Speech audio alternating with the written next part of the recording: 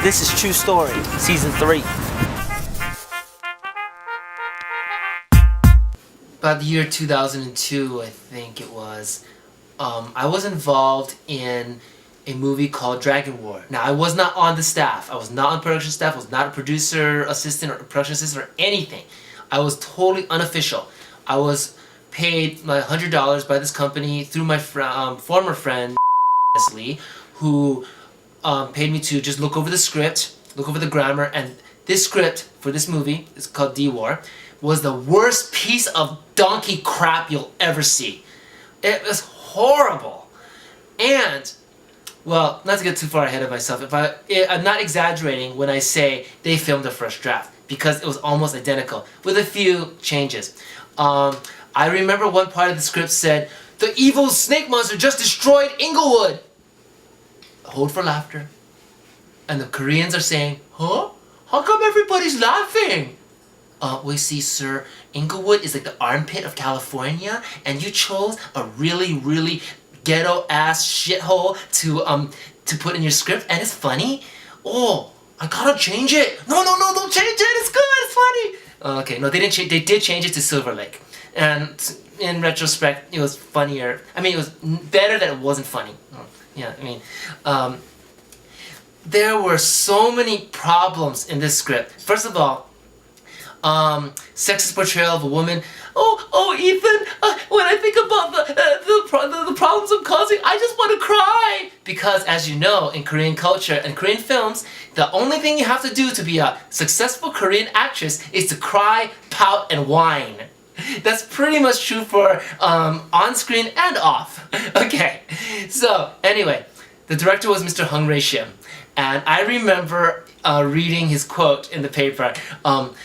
We are going to make a good movie. We have 27 million won, or close to 27 million American dollars, in our account. Yeah, that was the budget of the movie, right? $27 million. Okay, more than Titanic or something. Right? Anyway, he claimed his movie was better than The Host because The Host only had one monster. I have 5. Yeah. Wow, I saw The Host. Hey, The Host kicked ass, okay? And, I have to admit, there was a lot of fun in the beginning. I got to audition Anastasia Horn, one of my favorite child actresses from Kids Incorporated. I was on the phone with Eve Plum from the Brady Bunch. Of course, nobody in the office knew who Eve Plum was. Never saw the Brady Bunch. I was on the phone with the manager, Bob Newhart, but at the time, it wasn't SAG signatory yet. It wasn't greenlit by studio, so there's no go. And I was roommates with my former friend Lee, who was continually producing this film. I thought everything was fine, but some weird things started to happen. Like the production van would disappear from our garage, and I didn't know what was going on. He would claim that it was stolen, and it would return the next day. Oh yeah, some kids were taking it for a joyride. Yeah, okay.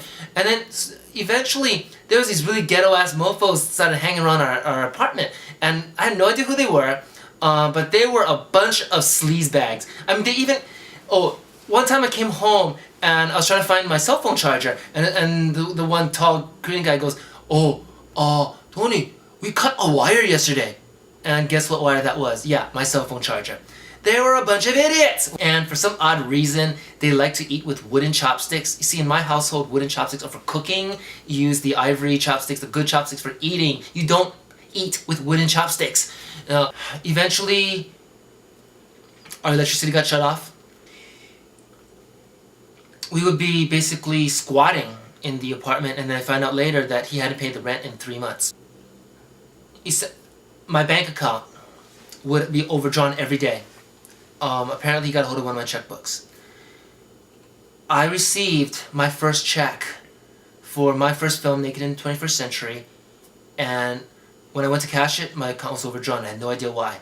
He said, I wrote a check, and I'll pay you back, I'll pay you back. He kept on saying, I'll pay you back. Well, he denied me of my first paycheck from my first film. I will never have that again.